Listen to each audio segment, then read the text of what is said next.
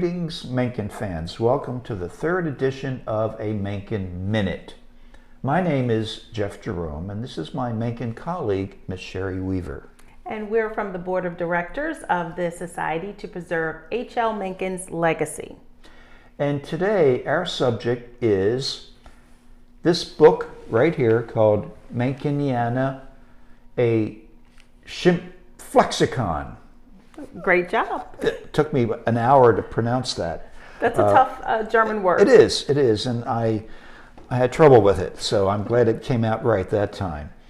And this is a collection of various newspaper headlines, comments about H.L. Mencken published in 1928.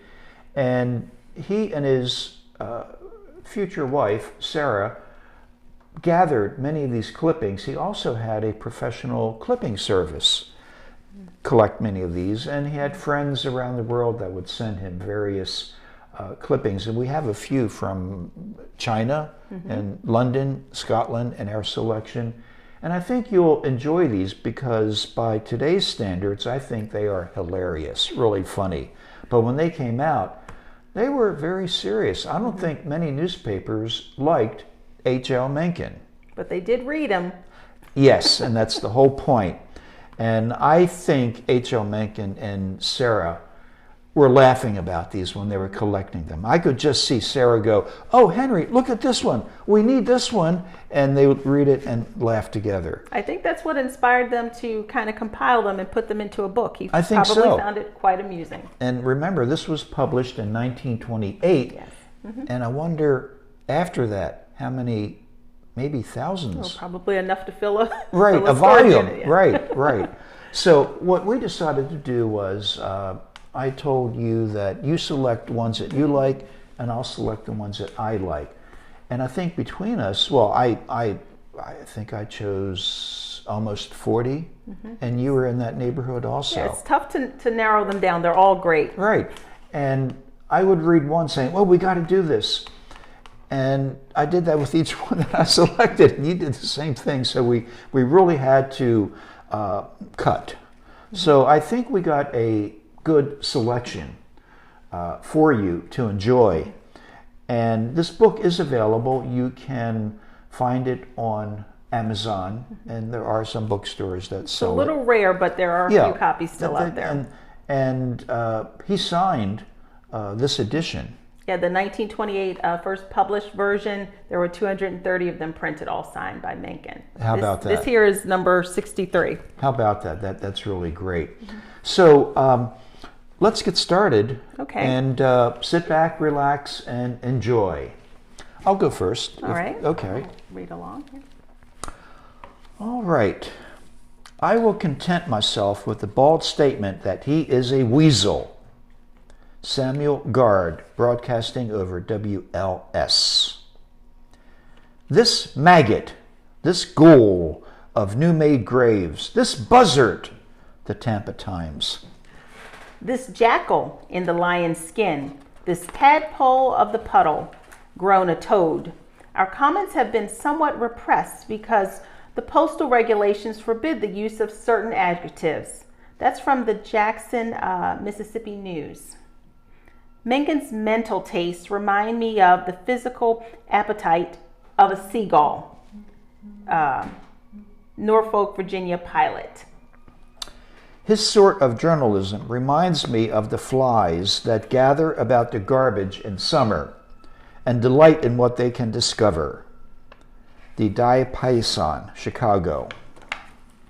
Speaking of dogs, our ambition is to own a nice poodle. Of course, we'll call him Mencken. The New York Herald Tribune.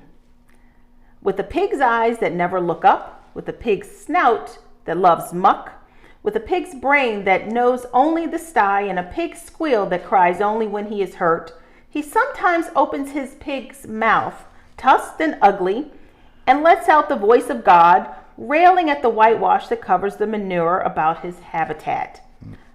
William Allen Wright didn't like Mencken too much. This is a short one, A Parasite, from the San Antonio Kiwanis Club. Short and right to the point, I say. Mencken discussing any subject reminds one of a dog killing a snake. He's foaming, frenzied, and furious. From the Petersburg Index. Mencken is descended from the Neanderthal man and the famous shooting bull, chief of the Sioux Smart Sets. Chicago Herald Examiner. He is either vomiting vitriol because he is paid for it, or he is fed on his own venom, until he is reeking with poison which exudes from his perspiration. His name indicates an ancestry which might account for his jaundice. The Little Rock Methodist. A disappointed, dishonest, distruthful, disgraceful, degraded, degenerate evolute of a species 57 varieties lower than a turkey buzzard. God made man and every living creature. Darwin made an error. Darrow made a mistake. But who in hell made Mencken? From the St. Michael's Comment. Mencken Week should be celebrated annually by placing H.L. Mencken on a flat car in New York City and hauling him across the continent to San Francisco. He eats sauerkraut, thinks sauerkraut, dreams sauerkraut, worships sauerkraut, writes sauerkraut. Collier's Weekly. I think he likes sauerkraut. Yeah, I think so. He would render a great service to humanity if he would close his flapping jaw forever and cast his filth-disseminating magazines into the Atlantic. The Minneapolis Star. H.L. Mencken will never be the constructive, critical influence in America that Albert Hubbard was and always will be. The Burlington, Washington Herald. Now, that's a name you read about every day, isn't it? Yeah. Albert, yeah. The true measure of Mencken lies in the fact that he does not inspire thinkers. The Davenport Times. Mencken's occupation is writing a dismal jargon of Germanized English and making grimaces at the South. The Atlanta Journal. Mencken's style is a mixture of cheap sarcasm and bombastic drivel. The St. Louis Times. The irreligious class are very noisy now. They are conscious of only darkness and ugliness and filth. H.L. Mencken is their priest. The Indian Witness. Sinclair Lewis, H.L. Mencken, and such writers publish their indecent articles for no purpose but to make a few dirty dollars. The principle is the same as sellers of impure food or of poisonous liquor. Such men are dangerous, assassinating pure minds and religious beliefs. The Baltimore Sun. Interesting. Mencken is an offense in the nostrils of all Americans who love the ideals and best traditions of their country. He seems to love the putrid, the sinful, the low, and uses any occasion to air his antipathy to the customs and beliefs of the average American citizen. The New York Herald Tribune. Not a fan of Mencken. That's for sure. A cheeky word slinger who has mistaken a puffball for a brain. The Buffalo Express. I like this one. The drippings of his noodle vacuum. From the DeQueen Bee. Now wait a minute. What is a noodle vacuum? Does anybody know? Let us know, okay? Send us an email. That's funny. Yes. That really is. His writing is the gibberish of an imbecile. The Mason City Gazette.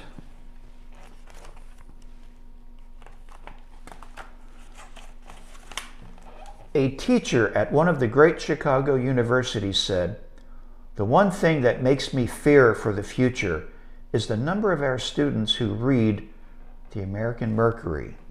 On the campus, you can see copies of it under every arm. Not only do they read it, but they absorb everything it says. They live with it. It is the greatest single danger that exists in American life today." The Stepladder. We've got quite a few American Mercuries here at the house. Yes. The editor of perhaps the worst magazine in the United States, from the Concord, New Hampshire Monitor. The YMCA teaches a young man healthy fun rather than the lewd and suggestive thoughts that Mr. Mencken seems so eager to champion.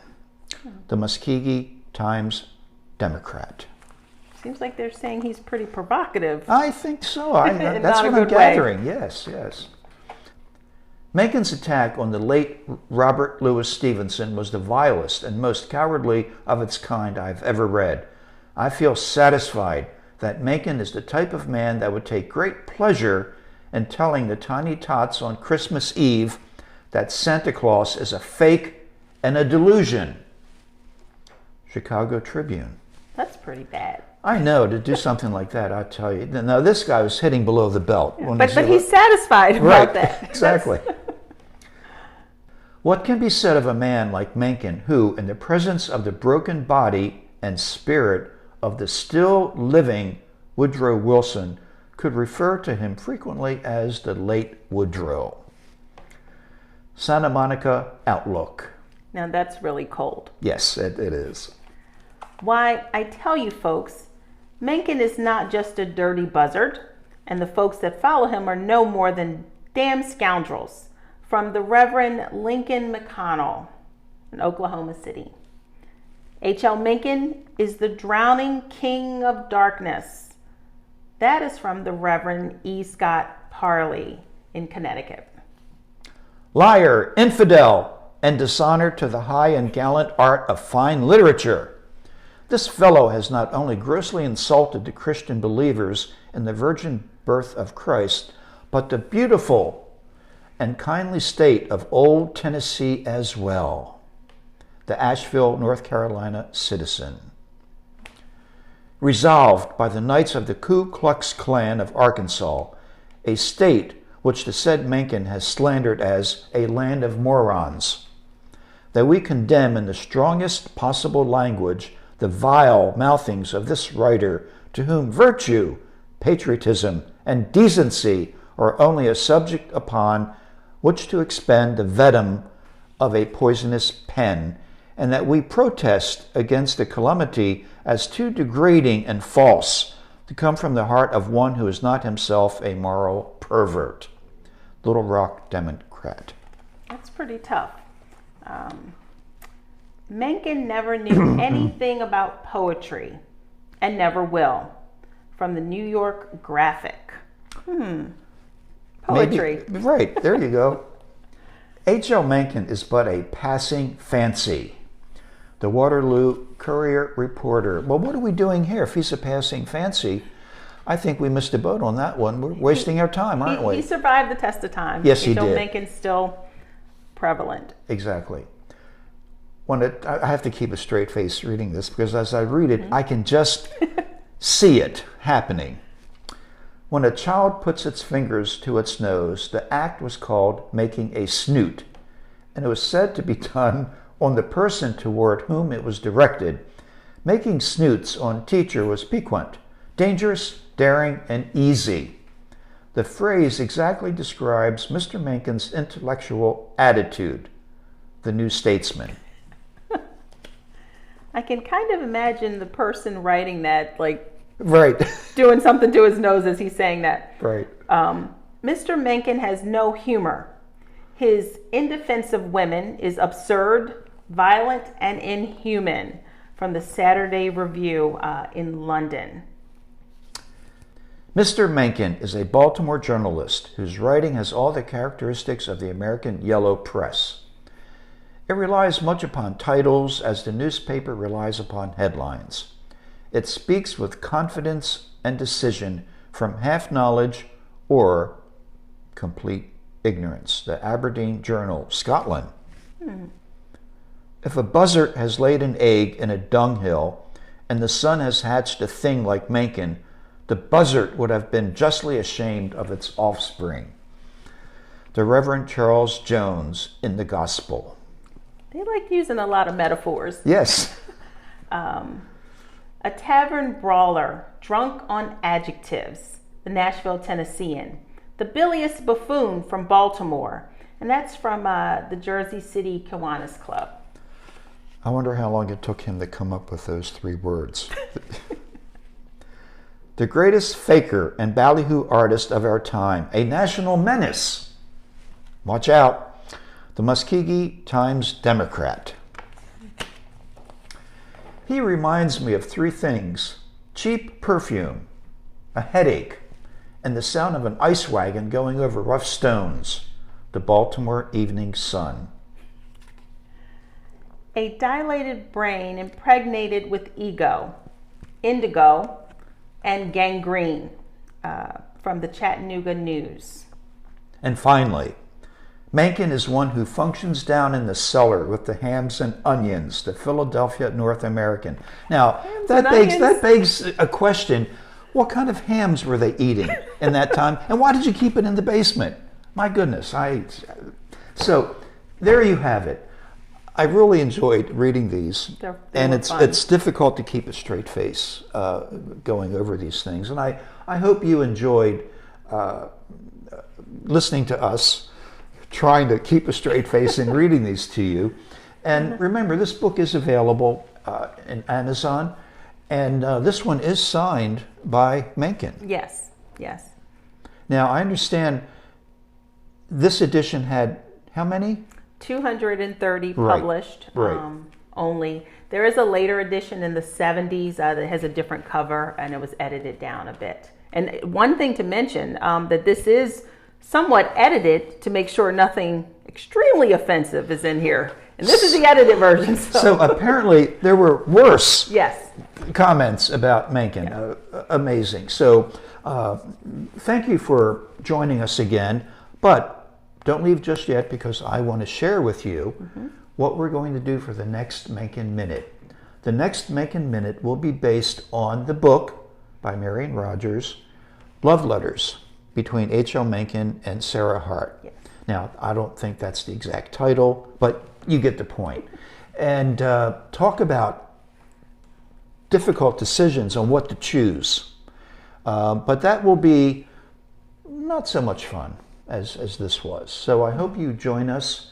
And I think our fans will love it. It takes you through the ages of the courtship years, the marriage years. They're very personal, but you get to see a snapshot in time of Mencken's life. Exactly. So on behalf of the H.L. Mencken Board of Directors, I want to thank you for joining us. My name is Jeff Jerome. And I'm Sherry Weaver. And thank you, and we'll see you for the next Mencken Minute.